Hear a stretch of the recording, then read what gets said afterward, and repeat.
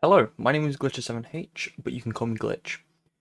Now, welcome to the first video in this short series of tips of how to better yourself as a shoutcaster in the esports scene, or just streaming in general. This video is about preparations that shoutcasters do before they even start the stream. Firstly, we will look at vocal warm-ups. These are very important to shoutcasters and streamers of any type, even in recording like this video here. You would do vocal warm-ups to warm the vocal cords, obviously, but to make sure you don't lose your voice or damage them while the stream is going on. Shoutcasters do this to make sure they don't lose their voice during a stream that could be anywhere between 4 hours or even 8 hours. Shoutcasters talk pretty much the entire time during a stream so them having done vocal warm-ups to make sure their voice is warmed up. They will do a couple different warm-ups. One warm-up is just saying tongue twisters. Tongue twisters will help you articulate different words and sounds. This doesn't necessarily help you with keeping your vocal cords intact or not damaging them after talking a while, but it does help you articulate your words. A couple tongue twisters that I would use are She Sells on the Sea by the Seashore, a very well-known one, or Peter Piper picked a peck of pickled peppers. Both of these will be on screen. You can also use red leather, yellow leather.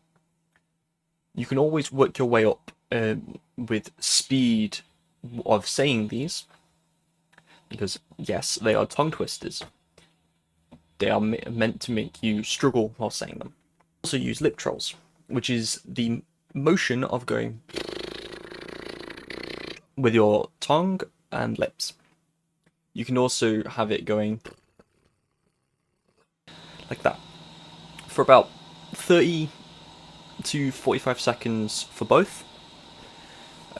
This will help warm up your vocal cords using, and also tongue trails, which is the second one I showed you, will help you with your tongue movement to help you articulate your words.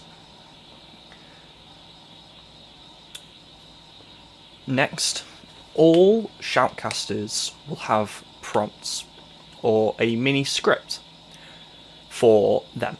It won't be a script of sorts, but it can help prompt them to say things to their other casters that are with them.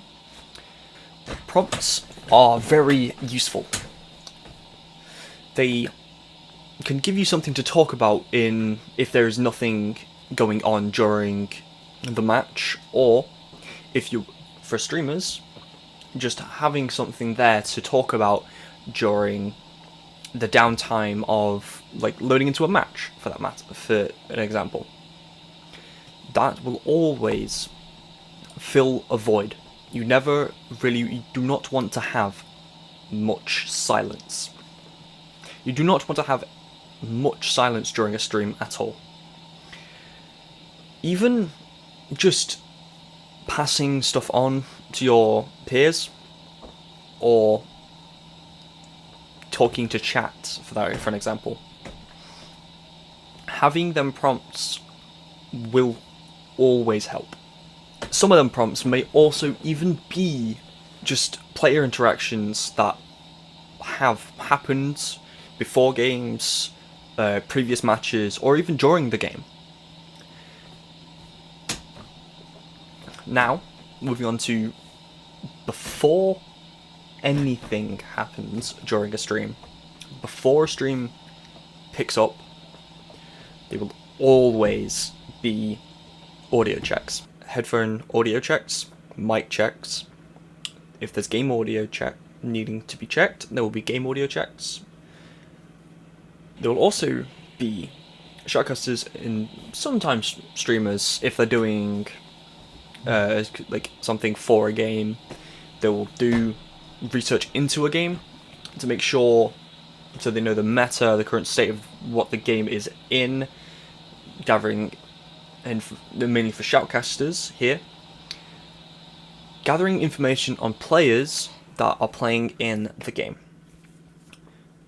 For people to hear more about them, like stats, how well they have performed in another game they have played during the tournament or in their career. Certain casters, like colour casters, will watch back VODs and VOD review players that they are doing research into. This will give them more and be able to analyze what players are doing, what players have improved upon during their time away from the game, from in between matches. Next video we'll be talking about casting style. Bye.